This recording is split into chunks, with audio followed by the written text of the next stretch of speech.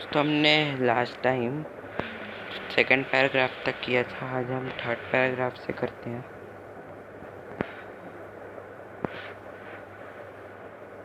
Evelyn was not going to give up. She was determined to lead a normal life and pursue her interest in music. One day she noticed a girl playing xylophone and she decided to play it too.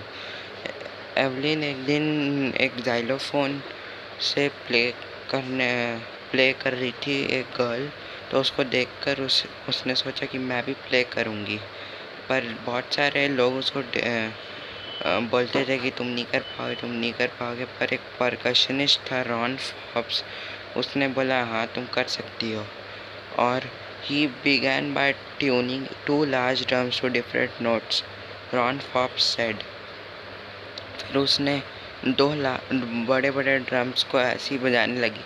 तो फिर उन्होंने कहा कि अपने कानों से मत सुनो, तो अपनी बॉडी से सुनो। सडनली और फिर कुछ देर के बाद वो एक हायर ड्रम सुन सकी अपने वेस्ट के ऊपर से, और जो लोअर था वो अपने वेस्ट के नीचे से। Forbes repeated the exercise and soon Evelyn discovered that she could sense certain notes in different parts of her body.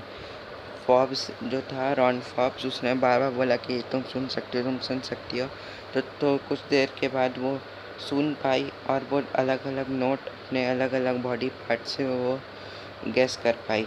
She done the hard work and his determination helped her to hear sound vibration. फिर उसने इतना hard work किया कि उसे पूरा वो अच्छे से सुन पाई हर एक नोट्स को, और वो अच्छा डिटर्मिनेशन से कर पाई।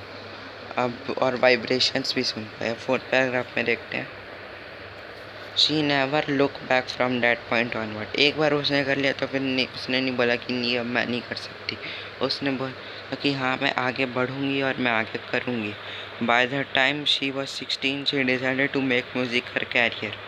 वो 11 ईयर्स में वो डेफ बनी थी, और फिर जब वो 16 हुई तो उसने सोचा कि अब मेरे को म्यूज़िक ही अपना करियर बनाना चाहिए। और उसने एक रॉयल अकेडमी ऑफ म्यूज़िक में अपना ऑडिशन दिया और सबसे हाईएस्ट मार्क लेके आई अकेडमी के हिस्ट्री में, जो कि किसी ने अब तक नहीं लाया था। वो नंबर लेके आई। She gradually move from one orchestral work to solo performance. और ऑर्केस्ट्रल वर्क से सोलो परफॉर्मेंस यानी खुद से भी परफॉर्मेंस वो देना शुरू कर दी। At the end of the 3-year course she captured most of the top awards. जब उसके 3 years के जो कोर्स था वो ख़त्म होने लगा, तब उसने कई सारे अवार्ड्स जीते। फिफ्थ पैराग्राफ में देखते हैं। For this Evelyn won't accept any hint of heroic achievement. वो इसके लिए कोई भी हीरोइक अचीवमेंट एक्सेप्ट नहीं करती। और उसने बोला कि if you work hard and know where you are going you will get there. अब अगर आपको पता है कि और आप कड़ी मेहनत करोगे तो अगर आपको पता है कि आप कहाँ जाना है और आप कड़ी मेहनत करोगे तो आप हमेशा वहाँ जाओगे। She got right to the top, the world's most sought after multi-percussionist with a mastery of some 1,000 instruments and hectic international schedule. वो राइट टू द टॉप सबसे ऊपर गई और उसने वर्ल्ड्स मोस्ट मल्टी परकशनिस्ट के साथ कई 1,000 इंस्ट्रूमेंट्स के साथ उसने पढ़ाई की, वो गाना बजाया। अब 6th पैराग्राफ में देखते हैं। It was fascinating to watch Evelyn function effortlessly without hearing. वो थोड़ा फैसिनेटिंग था और डिफरेंट था कि कोई भी ना सुने ऐसे बजा सकता है। और जो मैन विद बुशी बियर्ड यानी बड़े बड़े मूछ वाले लोग जो थे उसको ट्रबल देते, यानी उसको थोड़ा दिक्कत होती थी उनके बात समझने में। और वो कह के हंसी कि उसका तेरा सिर्फ फेस और लिप्स नहीं देखना, मेरे को पूरा फेस देखना होता है। और बड़े दाढ़ी वाले लोग होते हैं उनका तो फेस दिखता नहीं और आइज़ भी छोटे छोटे हो जाते हैं। इसीलिए वो बोलती है कि it is not just watching the lips, it's the whole face, especially the eyes. She speaks without mistake with a Scottish lilt. Scottish lilt a way of speaking. यहाँ पे Scottish lilt का मतलब है बोलने का तरीका। और my speech is clear because I could hear till I was 11। उसका स्पीच क्लियर है, यानी वो जो बोलती है उसको वो हर चीज़ क्लियर हो जाती है, क्योंकि 11 ईयर्स तक वो अच्छे से सब कुछ बोलना सीख गई थी। This is very weird that being deaf she couldn't learn French and Japanese. She could learn यानी, और ये भी अलग था थोड़ा लोगों के लिए कि जब वो डेफ है तो फ्रेंच और जापनीज़ भी आती थी उसको, तो वो कैसे लर्न करी। अब 7th पैराग्राफ देखते हैं। When she plays the xylophone, she can sense the sounds passing up the stick into her fingertips. जब वो xylophone बजाती है तो वो साउंड को सेंस कर सकती है, और जो स्टिक से फिंगर टिप्स तक उसके जाते थे। और by learning against drums she can feel the resonances flowing into her body. जब वो ड्रम को के नोट्स अच्छे से पढ़ती और बजाती थी, तब वो अपने बॉडी में सब कुछ एक एक नोट्स फील कर पाती थी।